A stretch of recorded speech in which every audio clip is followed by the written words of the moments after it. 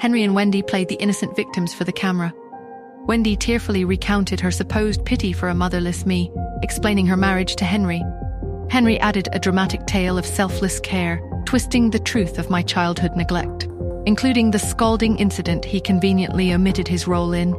I scoffed, the sound cutting through their lies. I remembered being left alone, the spilled noodles, the resulting scar.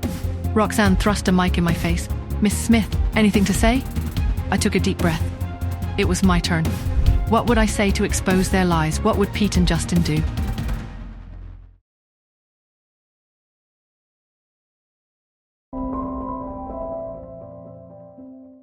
Upstairs by the window, Cherry gasped, her small face etched with confusion and a dawning fear. Had Mommy really meant that? Did she not want her and Pete anymore? The thought sent a cold shiver down his spine. Miles away in the sterile quiet of the Hunt's mansion, Pete frowned at his phone, his brow furrowed in worry. That sharp, dismissive tone. It wasn't the warm, loving voice he knew. Was Mommy angry at them too? Downstairs, the air crackled with tension.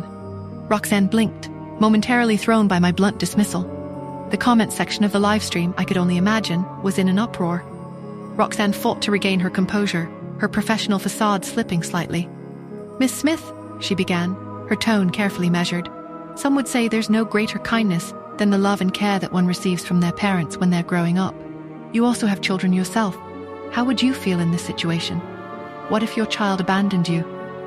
I considered her question, the weight of my own complicated past pressing down on me. "Then," I answered, my voice flat, devoid of emotion, "they can do whatever they want." Roxanne stared at me, her mouth slightly agape, clearly struggling to reconcile my coldness with the image Henry and Wendy had painted. I felt a flicker of something akin to amusement. I hadn't bothered to wash my face properly, and my hair was probably a mess. Yet even in my disheveled state, I could see the flicker of surprise in Roxanne's eyes, a reluctant acknowledgement of a beauty that seemed to defy their narrative. I shrugged, my indifference genuine. "I'm not relying on them to provide for me in my old age." Roxanne frowned, her journalistic instincts kicking in. "It's not about the money, Miss Smith. It's about companionship, about family." I raised an eyebrow, my gaze unwavering. Then, I turned my attention to Henry and Wendy, my voice laced with a sardonic amusement. "Oh? So, what you're lacking is just companionship? You're not worried about the money at all?" Henry's denial was immediate and vehement. "Of course not. But you should be working and striving for success. Also, your stepmother and I are getting old, so we aren't in good health anymore. We're thinking of having health checkups done, but you and your sister have used up all the money." I laughed, a short, sharp sound that held no humor. "So, you are still demanding money," Henry snapped back, his veneer of wounded fatherhood cracking.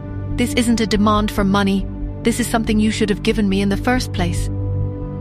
Just then, the commotion by the entrance intensified. A moment later, a small group of uniformed police officers walked into the living room. The officer at the front, his posture ramrod straight, his gaze sharp and assessing, fixed his eyes on me. "Did someone make a police report?" he asked, his voice authoritative. "Yes, I did." Melissa stepped forward, her voice trembling with indignation. She pointed at Roxanne and Henry. "These people are trespassing on our private property. Please make them leave." The lead officer surveyed the scene, his gaze taking in the cameras, the reporter, Henry and Wendy's indignant expressions, and the tense faces of the Andersons. "All right, people," he said, his voice firm. "If this isn't your home, I'm going to have to ask you to leave. If you do not comply, we'll have to escalate the issue." Roxanne's brows furrowed. She hadn't anticipated such a swift and decisive response from the Andersons. She looked at Henry, a hint of concern in her eyes. "Perhaps we should come back some other time," she suggested, her voice losing some of its earlier bravado.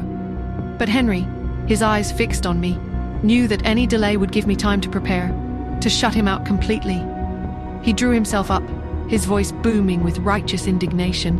"Sir, I'd like to make a police report too. My daughter is refusing to pay money that she owes us by law."